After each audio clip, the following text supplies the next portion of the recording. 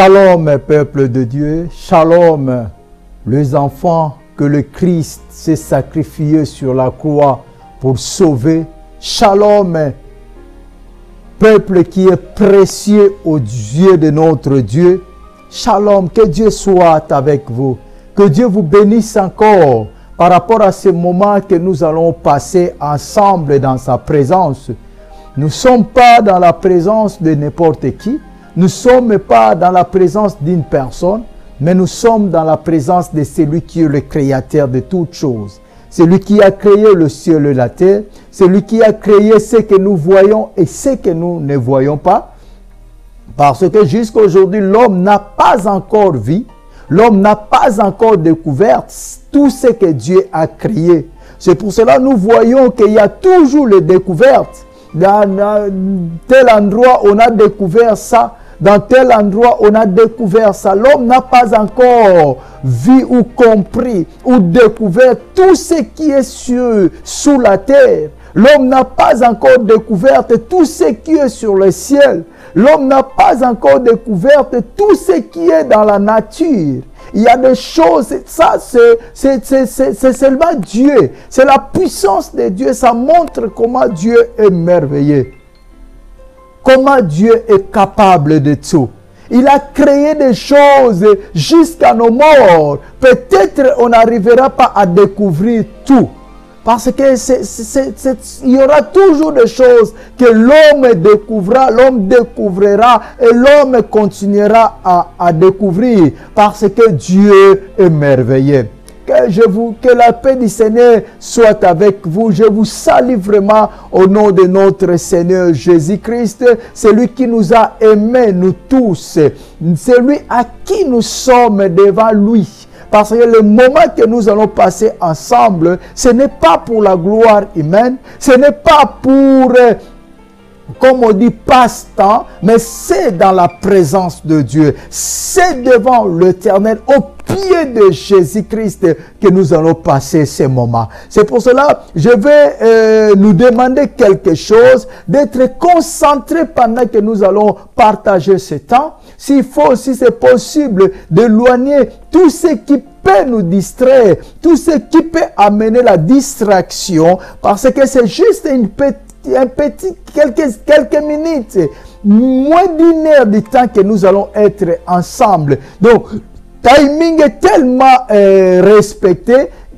C'est ça que je nous demande, d'être vraiment concentré à passer ces petits temps que nous allons passer ensemble dans la présence de notre Dieu, à éloigner toutes sortes de distractions et à rester concentré dans la présence de Dieu. Car oui, la Bible dit une chose, nous connaissons en partie et nous prophétisons en partie. Cela veut dire nous avons toujours besoin de Dieu. Nous avons toujours besoin d'écouter. Nous avons toujours besoin de comprendre. Parce que ce que le Saint-Esprit met en moi, peut-être tu n'as pas encore écouté cela. Ce que le Saint-Esprit met à l'autre, peut-être je n'ai pas encore écouté cela. C'est pour cela, écouter c'est toujours important, c'est ça qui nous fait croître, c'est ça qui nous amène à comprendre ou à connaître Dieu, c'est ça qui nous amène à abandonner le mal, c'est ça qui nous amène à nous réveiller de nos sommeils. Parce que la parole est tellement riche, Dieu est tellement bon qu'il ne laisse jamais son peuple dans l'ignorance. J'aime dire toujours cette phrase, que Dieu ne peut pas laisser tout un endroit, toute une ville sans son serviteur. Ce n'est pas Dieu. Toute une ville sans son serviteur, ce n'est pas le caractère de Dieu. Dieu envoie toujours le serviteur. Dieu envoie toujours sa parole. C'est ce que la Bible nous dit. Dans leur détresse, ils ont invoqué le Seigneur et le Seigneur a envoyé sa parole. Dieu envoie toujours, Dieu dispose toujours le serviteur partout où les gens vivent, partout où les gens ont besoin de lui. Même à Sodome et Gomorrhe, là où il y avait tellement le mal, là où il y avait des choses qu'on voit maintenant en ces temps précieux, les choses, là où il y avait que le mal qui régnait, il y avait quand même l'envoyé de Dieu qui s'appelait Lot. Il y avait une personne pour parler de la part du Seigneur. Même au temps de déluge, là où le mal a pris le devant, il y avait toujours quelqu'un qui s'appelait Noé qui était là pour parler de la part de Dieu. Dieu dispose toujours. Il dispose toujours quelqu'un pour parler de sa part. C'est ça qui montre l'amour de notre Dieu. C'est ça qui montre comment Dieu nous aime, bien-aimés. Que la joie de l'Éternel soit notre force à ce moment que nous sommes en train de passer ce temps ensemble. Je voulais nous rappeler que nous sommes en train de parler d'un thème que nous avons intitulé « Une vie nouvelle ». La vie nouvelle. Et nous passons toujours chaque lundi dans le chaîne de One-TV, donc one-tv.org. Et nous passons toujours chaque lundi à 19h30.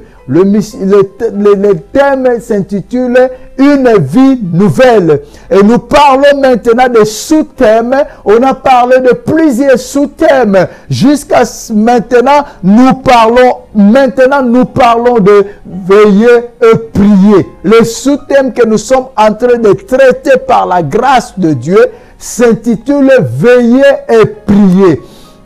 Et nous avons déjà commencé pas mal de temps avec ce sous-thème et nous parlons précisément de veiller. Parce que avant de prier, il faut connaître, il faut comprendre pourquoi prier ou quoi prier. La prière n'est pas quelque chose que, comme aujourd'hui, beaucoup de chrétiens le prennent. La prière devient comme quelque chose de banalité, comme quelque chose de non-sens, comme quelque chose d'inutile.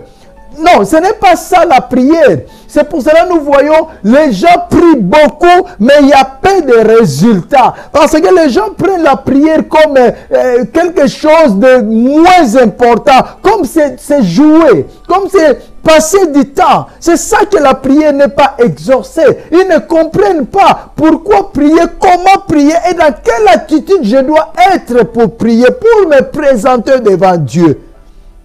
C'est pour cela que nous sommes en train de parler de ce sous-thème veiller et prier. Et nous commençons d'abord par veiller, comme on a déjà parlé tant avec ce sous-thème. Et après, nous allons parler de prier. Veiller pour ne pas tomber dans la tentation. Notre Seigneur, le passage principal dans le livre de Matthieu 26, si nous le lisons, là où tout était prêt, tout était accompli, tout était là, tout était mis pour que le Seigneur soit crucifié. Il y avait déjà le traître qui est allé, il y avait déjà celui qui devait trahir Judas qui est allé parler avec les sacrificateurs et Jésus a pris le disciple. En arrivant à Gethsemane, il a laissé les autres pour prendre 3. Il a monté avec 3 et pendant qu'il a monté avec 3, ces 3 disciples, c'est là que nous avons tiré ce sous-thème de veiller. Il leur dira ceci dans le verset 38, donc Matthieu 26, verset 38. Il leur dit alors, mon âme est triste jusqu'à la mort, restez ici et veillez avec moi. Donc, il prend les 3, il monte avec les 3 et il leur explique la situation. Vous savez, le grand problème de l'homme maintenant, l'homme peut parler de choses sans pourtant comprendre. Ça, c'est le déluge de l'homme. Moi, j'appelle ça comme ça. Ça, c'est vraiment la partie que l'homme, la transgression de l'homme. L'homme parle de choses, mais sans comprendre. L'homme parle, nous sommes à la fin. Mais la même personne qui parle que nous sommes à la fin, distrait. Il est complètement distrait. Les choses qu'il fait, avec la parole qu'il parle, c'est complètement différent. Ça ne concorde pas. L'homme dit que nous sommes au temps de la fin, mais la même personne qui parle, nous sommes au temps de la fin, c'est lui qui est le premier à offenser, c'est lui qui est le premier à haïr, c'est lui qui est le premier à diviser, c'est lui qui est le premier à critiquer, c'est lui qui est le premier à trahir. Mais c'est la même personne qui dit que nous sommes dans la fin du temps. Et surtout aujourd'hui, dans ces temps précieux, tout le monde parle de la vérité. L'homme devient insensible aux choses de Dieu. Tout le monde, selon eux, parle la vérité. Moi, je dis, on me haïsse parce que je dis la vérité. Tu vas chez l'autre et tu écoutes la même phrase. L'homme n'aime pas la vérité. J'ai dit la vérité, c'est pour cela on me haït. Donc tout le monde parle la vérité. Tout le monde est haï parce qu'il parle la vérité. Mais si réellement, moi ce que je dis, si l'homme parlait la vérité, si l'homme parlait vraiment la vérité, cela veut dire on n'aura pas à avoir du mal. On n'aura pas à avoir le mal. Donc, l'homme parle ce qu'il pense être vérité, mais il prend ça, il considère ça comme la vérité. L'homme prend ce que je dis, même la parole de Dieu, comme le pharisien, pour faire son usage personnel, pour ses intérêts. Quand l'homme pêche, on parle de péché, il prend la parole, dit, Jésus a dit, celui qui n'a pas péché, qu'il jette premier le pied pour justifier son péché. L'homme veut justifier le mal. Et il prend la parole de Dieu, il la prend pour son intérêt. Et quand tu le dis, ou quand on lui dit que Jésus, la Bible dit, soyez saints comme votre Père est saint, c'est là il y aura un problème. Là, il y aura un problème. Juste pour justifier ses intérêts, juste parce que l'homme n'aime pas veiller, ne veut pas rester veillé. Il est prêt à prendre même la parole de Dieu pour son intérêt égoïste, pour son intérêt personnel. Il prend la parole, il met pour son intérêt. C'est ce que faisaient les pharisiens. C'est ce que Jésus était contre les pharisiens. Il leur dira, vous prenez la parole et vous faites cela votre intérêt. C'est ce que l'homme fait aujourd'hui. Nous sommes tellement dans le temps de la fin, bien-aimé. Ce que je te dis, ce n'est pas le slogan. Ce n'est pas ce que l'homme parle sans connaître. Mais ce que je te dis, c'est ce qui est vrai. Nous sommes tellement à la fin du temps. Le temps est tellement fini, bien-aimé. Tout ce que le Seigneur nous a dit, on le voit. Nous vivons dans le monde où ce qui était honte hier, aujourd'hui on le fait avec plaisir. Ce qui était signe de honte, même par rapport à la famille, mais aujourd'hui on le fait avec plaisir. Le temps de la fin, le mal se transforme en bien et le bien se transforme en mal. Et nous devons faire beaucoup d'attention lorsque nous vivons dans un monde ou dans un endroit où le mal domine. Le mal est plus que le bien. Nous devons faire beaucoup d'attention. Pourquoi? Parce que nous risquons de commencer à normaliser le mal. Parce que c'est ça qui domine. S'il n'y a que le rouge qui domine, et il y a juste des verts ou des petites taches vertes, les yeux,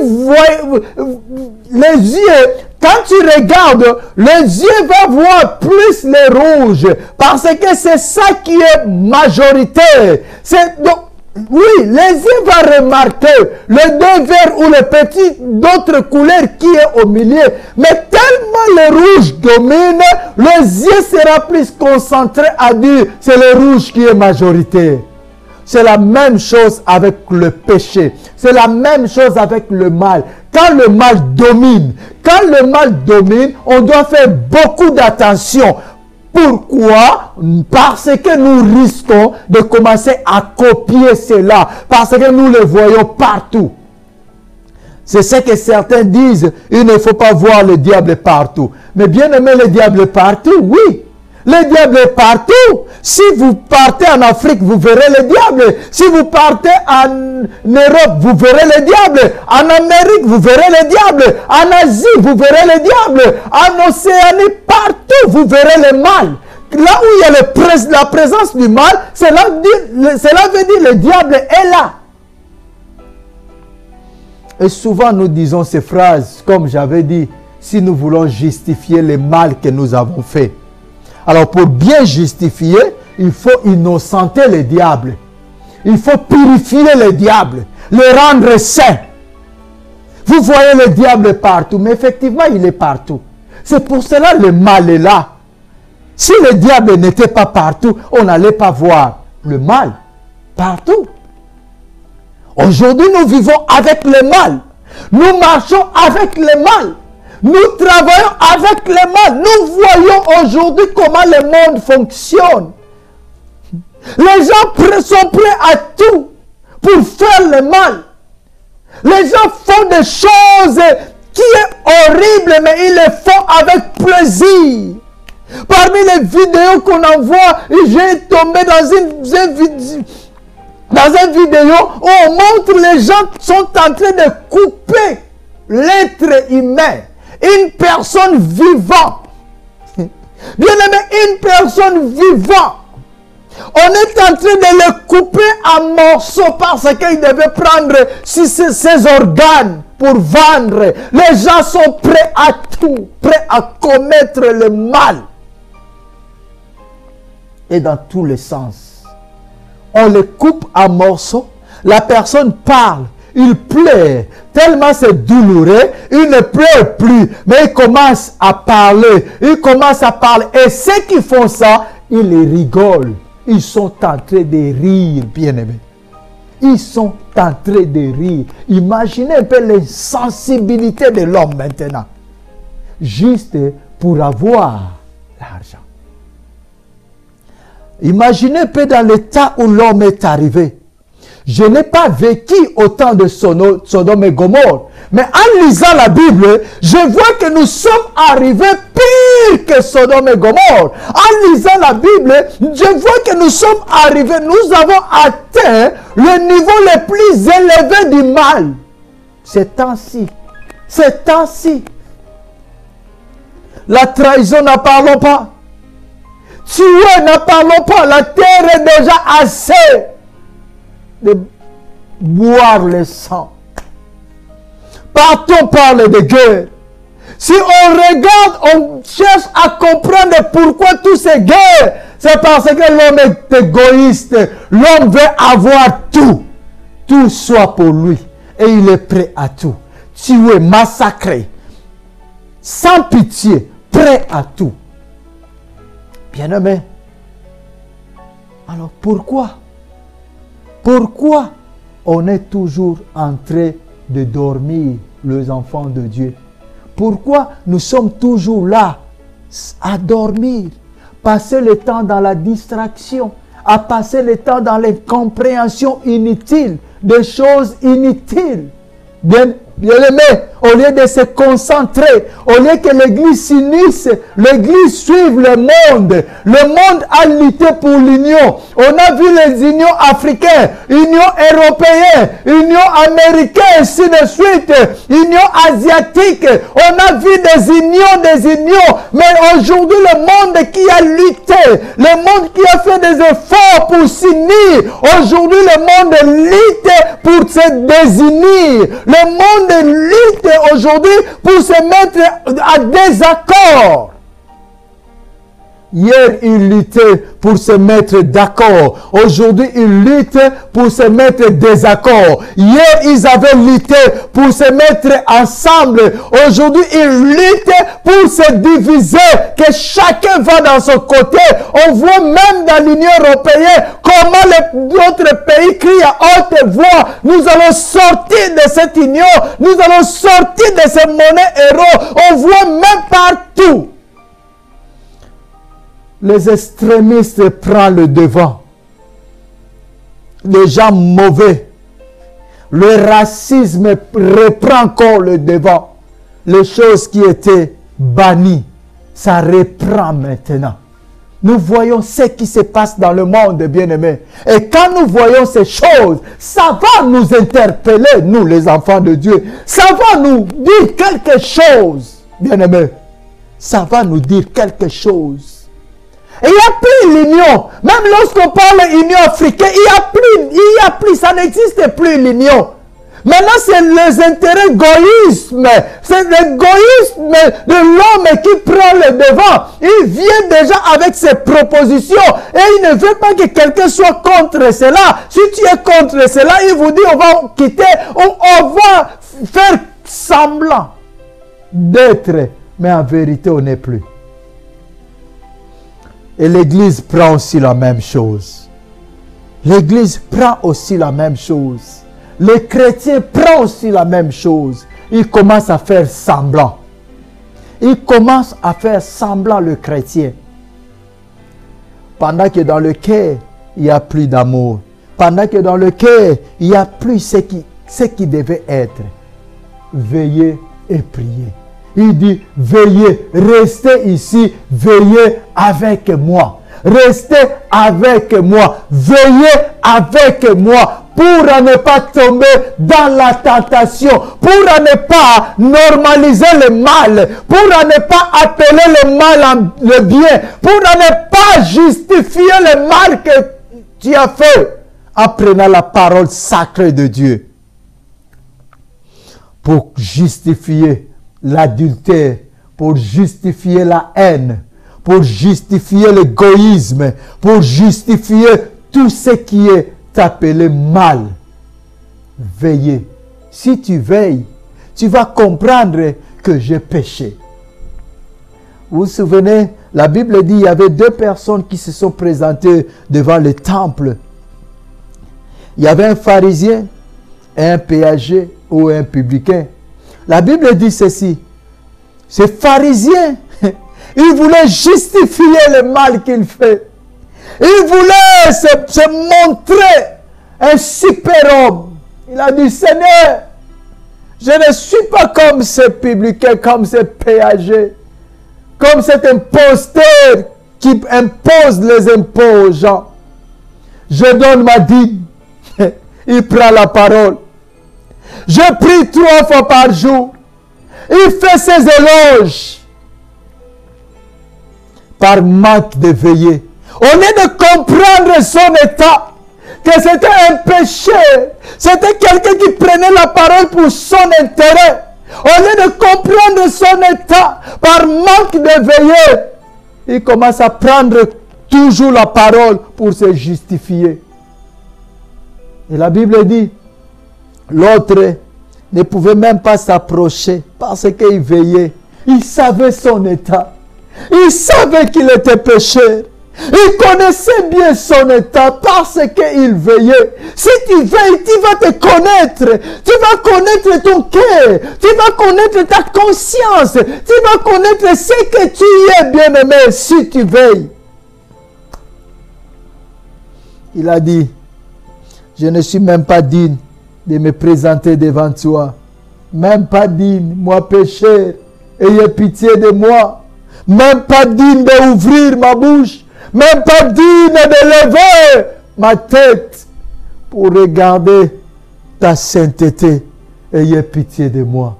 Quand tu veilles, tu vas connaître ton état. Veillez et priez pour ne pas tomber dans la tentation. Quand tu veilles, tu vas connaître que je ne suis plus avec Dieu. Quand tu veilles, tu vas connaître, tu vas comprendre, Dieu ne marche pas avec moi. Et il a dit à Moïse, je ne serai pas avec vous parce qu'il y a le péché, il y a le mal qui est entré. Ce peuple rebelle, le peuple qui n'obéit pas, le peuple qui ne veille pas, ils sont là que pour commettre le mal. Ce qui se passe aujourd'hui dans les églises. C'est pour cela nous prions pour le miracle, mais nous ne le voyons pas. Le cœur de l'homme devient tellement insensible à la parole de Dieu et ça devient sensible au mal. C'est pour cela que nous allons écouter ce genre de choses. Tu veux nous montrer que tu es saint? Tu penses que tu es devenu Dieu?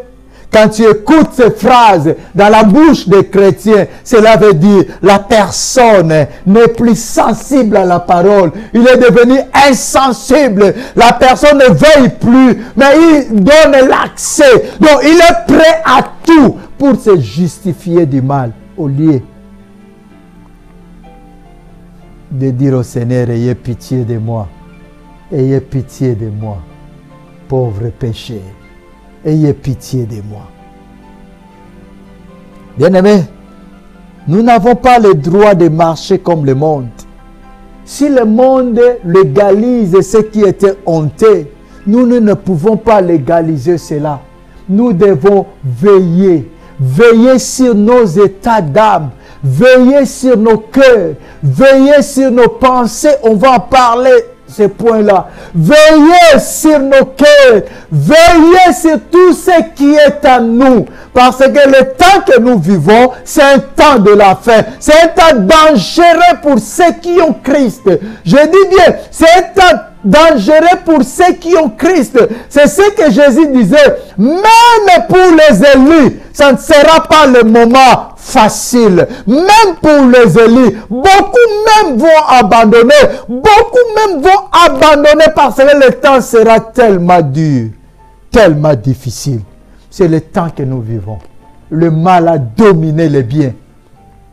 Et le bien devient comme le mal. Tu fais du bien, mais les gens te traitent comme si tu as fait du mal. Tu fais du mal, les gens te traitent tellement du bien, comme tu avais fait du bien. C'est ça, le monde vit dans l'inverse. C'est vraiment vice-versa aujourd'hui. Et les chrétiens, je parle bien, ceux qui ont Christ, nous devons veiller pour ne pas prendre ces mauvais caractères et de les normaliser. Parce que c'est ça qui règne tout autour de nous. C'est ça qui règne. Veillez et priez. Que le Seigneur vous bénisse. Nous allons nous retrouver encore par la grâce de Dieu à la prochaine temps que Dieu va nous accorder, parce que c'est lui qui est le maître du temps. C'est lui qui est le maître de toutes choses. Et nous comptons que c'est lui. Soyez bénis au moment que nous sommes passés ensemble devant lui, et que la paix du Seigneur et que le Saint-Esprit puisse nous inspirer comment veiller et rester vraiment veillés dans le nom de Jésus. Que Dieu vous bénisse. À la prochaine occasion.